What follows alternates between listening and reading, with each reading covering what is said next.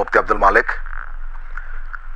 আপনারা এটাও দেখেছেন যে জানাজার আগ মুহূর্তে দলের স্থায়ী কমিটির সদস্য নজরুল ইসলাম খান বেগম খালেদা জিয়ার সংক্ষিপ্ত জীবনী পাঠ করে শুনিয়েছেন এবং তিনি কিছুটা আবেগ আপ্লুত হয়ে পড়েছিলেন এবং সেটাই স্বাভাবিক।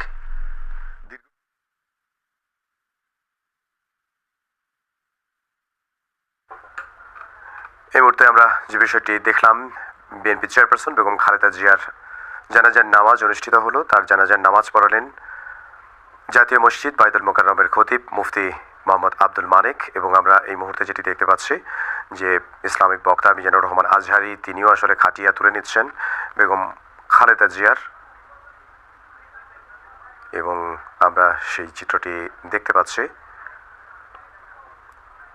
তিনবারের প্রধানমন্ত্রী, বাংলাদেশের প্রথম নারী প্রধানমন্ত্রী, তার মরদেহ এই মুহূর্তে নিয়ে যাওয়া হবে